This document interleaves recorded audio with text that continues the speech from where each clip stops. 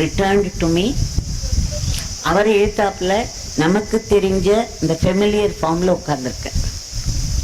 So நம்மளுடைய லிமிட்டேஷனையும் காமிச்சு அவருடைய லிமிட்லெஸ்னஸ், அதாவது எல்லையில்லாத ஒரு பெரு ஒளி, அவருடைய உண்மையான சொரூபம் அதுதான் அப்படிங்கிறத ஒரு பேர் உணர்வு மூலமாக என்னை உணர வச்சு அன்றைக்கி அந்த ஒரு ட்ராமா அவர் ஆடினது எல்லாருக்கும் ஒரு ரெவல்யூஷன். அவருடைய உண்மை சொரூபம் அதுதான். அவர் நமக்கு மேலே வச்சிருக்கிற பேர் அன்புனால, பெரும் கருணையினால அந்த வடிவத்தை எடுத்து அந்த பச்சை தலைப்பாகைன்னு ஒரு அடையாளத்தை கட்டின்னு, நான் கூட அவரை சில சமயம் கேள்வி பண்ணுவேன், ஏன் பகவான் இந்த கலரை சூஸ் பண்ணேன்.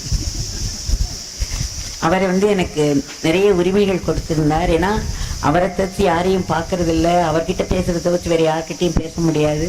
24 மணி நேரமும் அவரோடு இருக்கும் பொழுது நம்மளால இருக்க முடியாது. சாதாரணமாக ஒரு கிருஷ்ணனோட யசோதை இருந்தாள்னா யசோதையை இருக்க விட்டார். அவர் யசோதைக்கு என்ன அதுக்கு பண்ணணுமோ அதை பண்ணி கூட விளையாடினார். அந்த மாதிரி தான் எனக்கும் அது. ஏன்னா ஆரம்பத்துலலாம் பகவான் சுதாமாவுக்கு வந்தபோது யாரும் என்னென்னமோ எல்லாரும் சொன்னாங்க. ஆனால் நான் அவரை பரவஸ்துவ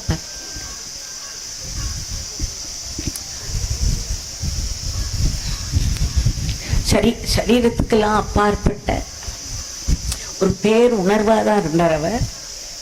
அதை பார்த்து பார்த்து பிரமிச்சு போய் அப்படியே உட்காந்துருப்பேன். அவர் அப்படியே பார்த்துட்டே இருப்பேன். அவருக்கு ஒரு சரீரம் இருக்குது, அதுக்கு ஒரு உணவு கொடுக்கணும், அதுக்கு சுசுரூஷையெல்லாம் பண்ணணும், அப்படிலாம் இருக்கு இல்லையா. அதுக்கு தானே அவர் என்னை ஆட்கொண்ட. ஆனால் இப்படியே அவரையே மலங்க பார்த்துன்னு உட்காந்துருக்கேன், பிரமிச்சு போய் உட்காந்துருக்கேன். அதுக்கப்புறம் ஒரு நாளைக்கு அவர் என்னை பார்த்தார், ஒரே ஒரு பார்வை பார்த்தார். அதில் அப்படி ஒரு வாத்சல்யம், அப்படி ஒரு அன்பு, என்னால் அந்த பார்வையை தாங்க முடியல. அந்த நிமிஷம் எனக்கு என்ன ஆச்சுன்னு தெரியல. அதுக்கப்புறம் அடுத்த நிமிஷம், பகவான் நீங்கள் சாப்பிடலையே பகவான், இருங்க நான் போய் சாப்பாடு கொண்டேன். அப்படி ஆயிடுத்து மைண்ட். அந்த ஒரு செகண்டில் நம்ம கிட்ட திரும்ப, அதாவது மாயையை ஒரு செகண்டில் எடுக்க முடியும், திரும்ப அந்த மாயையை நம்ம மேலே ஒரு செகண்டில் போட முடியும். அத்தனை அழகாக அவ்வளோ ஈஸியாக அந்த மாயையை கையாண்டவர்னா அவர் மாயைக்கு வியாண்ட எப்பேற்பட்ட ஒரு பெரிய ஒரு இருப்பா, தெய்வீக இருப்பா இருக்க முடியும் அவர் இல்லையா.